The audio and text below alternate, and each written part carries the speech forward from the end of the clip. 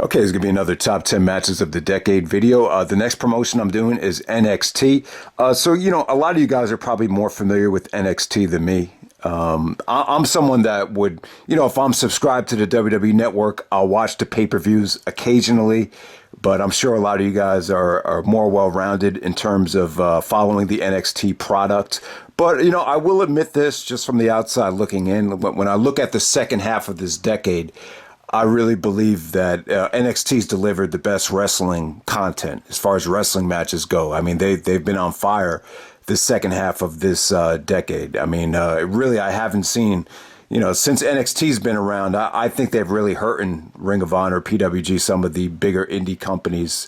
I mean, there's really just not a lot to choose from anymore with the NXT product dominating the wrestling landscape in North America. But so these are my top 10 NXT matches. I'm probably leaving a lot of stuff out. There's actually a lot of matches that I haven't seen that were very well received, and I'll touch on those at the end of the video briefly. But let's get right down to it. At number 10, I'm going to go with War Games from 2017. I didn't write the actual match down, but I believe this was a triple threat tag team match for the War Games. It was Undisputed Era featuring Adam Cole, Kyle O'Reilly, and Bobby Fish taking on Sanity, taking on the Authors of Pain. I believe those were the exact teams. But this is what I'll say about the match. It's really tough to compare this match to the WCW matches. It really is. I mean, it's really not worth comparing. I mean, wrestling has just changed so much in terms of the athleticism and the amount of spots. But what I'll say about this match is it was great to see War Games finally brought back. I mean, there was discussion about War Games coming back for a very long time. Triple H always wanted to bring it back, and somehow, some way, it kind of morphed into the Elimination Chamber and was never really brought back until NXT. NXT's Triple H has a lot of control, so I'm sure he had a lot to do with bringing it back. But it was cool to see, and it was especially cool to see some of the Ring of Honor guys, work their way up to NXT to actually be involved in this match. A guy like Roderick Strong, who we've followed for so many years, getting his big break, and this probably the biggest match Roderick's ever been in terms of a national spotlight. So, yeah, just remember this being a lot of fun. You had good storytelling combined with good spots. And I'm going to go with War Games at number 10. I'm not as high on it as some other people. I know some people thought it was like the best thing they've ever seen. I wouldn't go that far, but yeah, I think it's good enough to be on the list at number 10. Number 9, I have DIY. Johnny Gargano, Tommaso Ciampa taking on the Revival. 2 out of 3 falls. I believe this is from Toronto, Survivor Series weekend 2016. That was the last time I did the voting for matches of the year, 2016. And I mean, just so many people voted for it. It ended up being like a top 5 match of the year in terms of the voting. And I mean, just a tremendous crowd. I mean, when you look back at that match, you just see how the Revival, there's just certain teams, certain women, certain individuals that just thrive better in the NXT environment. And, I don't think anyone, there's no better example of that than the Revival. I think the thing is you're performing in front of rabid fans, diehard fans. There's not as many casual fans in the audience. So it's just different. And you just had a tremendous environment there. 2 out of 3 falls. I just remember that being some of the best. It was a combination of new school, a style of new school wrestling combined with Revival, kind of a throwback, NWA old school style, and they were able to blend it very, very well there. That match is really underrated. I've only seen it once, so my memory's not that good in terms of the actual spots. But I mean, it's just funny. Anytime I watch the Revival in the WWE, it's kind of like crickets. You just don't see a lot of crowd interaction, any heat. The few times I've seen the Revival on WWE TV, but back in NXT, they were really, they got great heat. They were just great heels for NXT, but those days have definitely come and gone. So yeah, DIY versus Revival got that at number 9. Number 8, I'm gonna go with Matt Riddle versus Velveteen Dream from NXT TakeOver New York 2019 WrestleMania weekend. Yeah, I mean, I just remember this being a lot of fun. The wrestling in this match probably isn't as good as some of the other matches on the show, but you just got two guys with charisma on different levels. You know, Riddle's like the new RVD with his charisma. You know, Velveteen Dream is, you know, a lot of people have compared him to Prince as far as the flamboyancy. And you know, I just thought the match was just a lot of fun, just must-see spots. I remember Bill Simmons, you know, the NBA guy, was in the crowd just smile, you know, just going like, wow, after Riddle did his spot off the top rope. I remember Riddle did like a German off the top rope. Velveteen Dream was awesome. Just ton of charisma, ton of fun, just really, really good, you know, awesome crowd right there. So Matt Riddle, Velveteen Dream, I got that at number 8. Most people probably wouldn't have that on the list, but that's just for my personal taste. Number 7, I'm going to go with Asuka versus Ember Moon from Brooklyn, SummerSlam weekend 2017.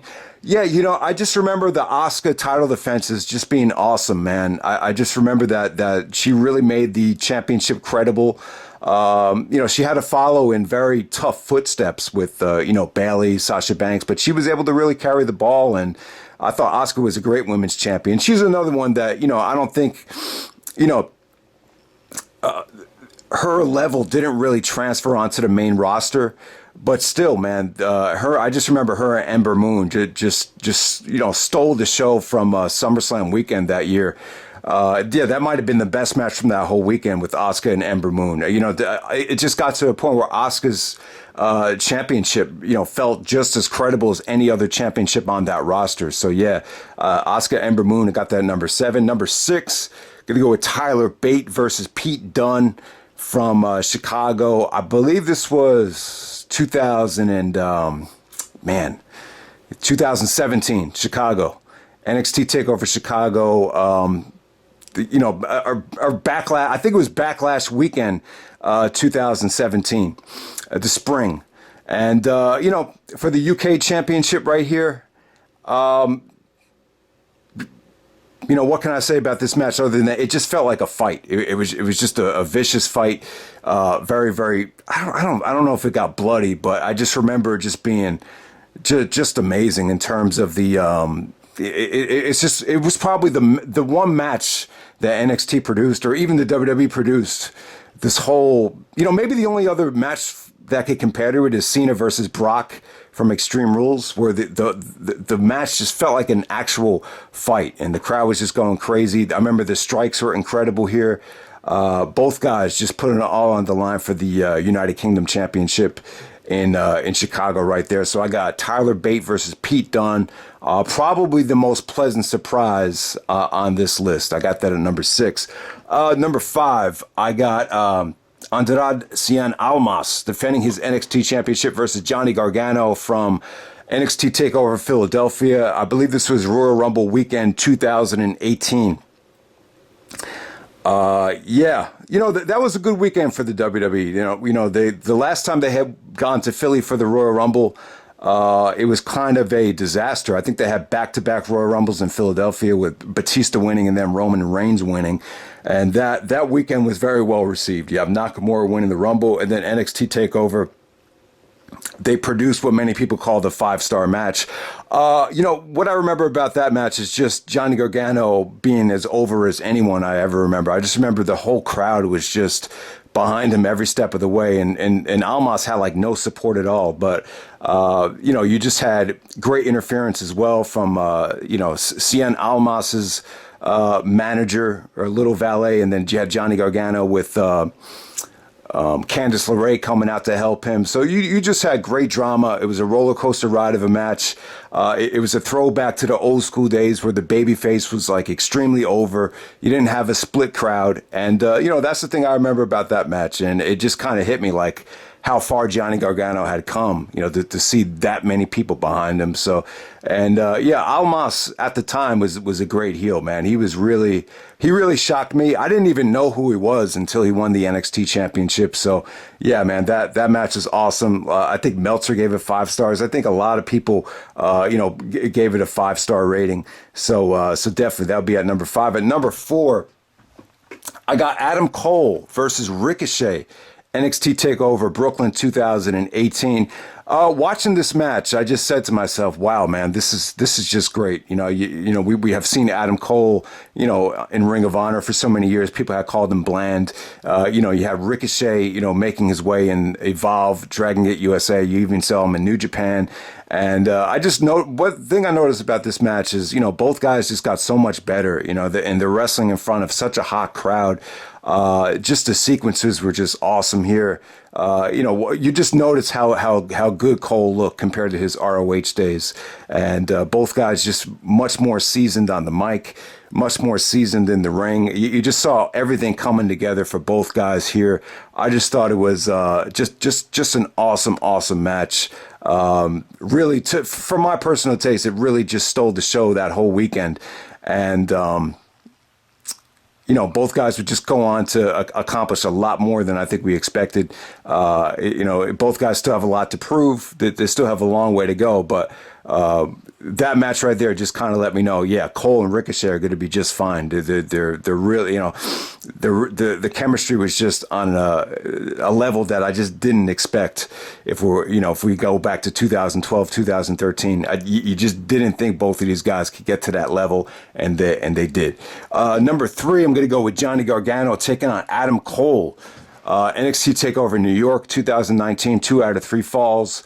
All right, so I'm going to go with this match as the Gargano Cole Classic. I think I said that the match at NXT TakeOver 25 was better because it was just one fall. But I'll tell you this, like that third fall was so epic and so breathtaking that I got to put it in there. And Gargano and Cole, I'll tell you, they had a match in PWG. I think it was All-Star Weekend 10.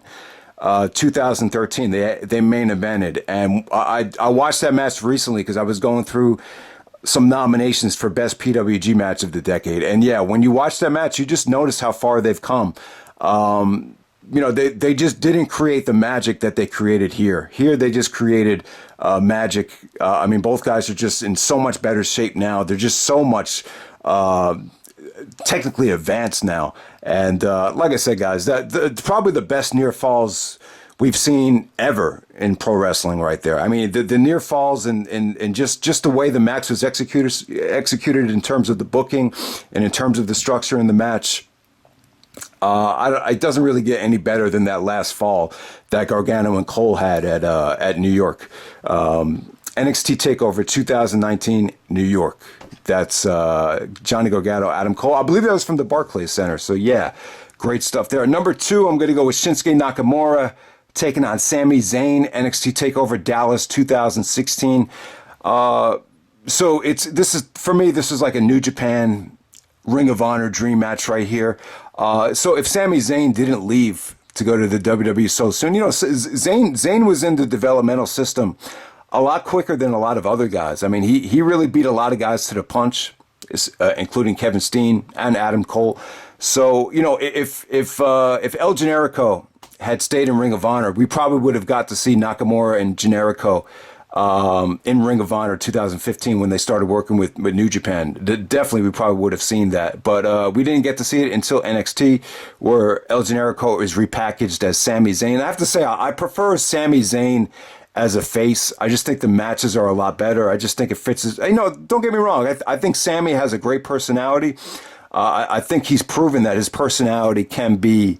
his mic skills have been better than expected. I mean, as El Generico, who would have thought that he had that inside of him? I just think from a wrestling standpoint, I prefer him as a face. Sometimes I think the WWE is kind of booking him as more of a goofball. But Nakamura in the WWE, it's the run as a whole is pretty disappointing, especially when you think of him and AJ Styles at WrestleMania and you compare it to what happened at Wrestle Kingdom. Yeah, I mean, Nakamura, I don't know. I think you blame it on a combination of the WWE, kind of changing him and combination of him just kind of, getting older. And I think he's suffering because of the New Japan strong style. I think it's taken a lot of years off of his body. But here, Nakamura, Sami Zayn, I just remember this being awesome. I think this stole the show from WrestleMania weekend. I thought it was better than any match on WrestleMania 32, and arguably better than a lot of the indie matches from that weekend too. It just created a huge buzz. I just remember this match got more buzz than any other match that weekend, and yeah, just awesome stuff there. So I got that at number 2, and then at number 1, I got Johnny Gargano versus Tommaso Ciampa from New Orleans, 2018. You know, these guys have had a lot of matches. They were in the tag team together, and then Tommaso did the heel turn. You know, I think someone had the Chicago match. There was like a street fight. They had that at number 1 on their top 10 NXT matches of all time. And they didn't have this match on the list. But, you know, this match I saw WrestleMania weekend 2018, and I was blown away by it. You know, this is the first time or one of the first times where the WWE really impressed me, and I said to myself, finally, like we're getting some of these classic matches in the United States that, you know, you've been getting in New Japan since 2013, but we finally got something like epic with Gargano and Ciampa. I just remember just being amazing. I mean, some of the stuff off the top rope, you just had, you know, just excitement, man. Yeah, and you just had two guys that just hated each other. You had a great story with a great wrestling match that delivered. You know, and this is a straight up one-on-one match. You know, I didn't like their last man standing match and even the street fight as much as this one. This one was it just blew me away. You know, I can legitimately say that no argument for me. This is a 5-star match. I mean, I wouldn't give any other match on this list 5 stars besides this one. But, like I said though, man, Tommaso Ciampa, you know, who would have saw this coming? You know, his heel turn and his run in NXT. Once again, just another guy that's been even better than expected. And Gargano, you know, he just went on a tear. I mean, who would have predicted that Gargano would have gotten this over and this hot and delivering, you know, this amount of quality? And so it looks like Gargano's going to be like the poster boy for NXT for years to come. And yeah, man. So yeah, that's my number 1 match: Johnny Gargano, Tommaso Ciampa. So let me know what I missed out. You know, I like I said, guys, I'm not the biggest NXT fan. I don't watch the product as religiously as some of you other guys.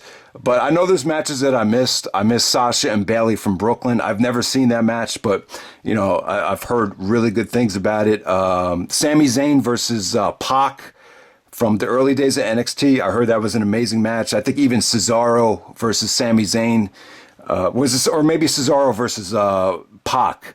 I think I missed that one too. I never saw that match. I'm trying to think if there's anything recent that I missed.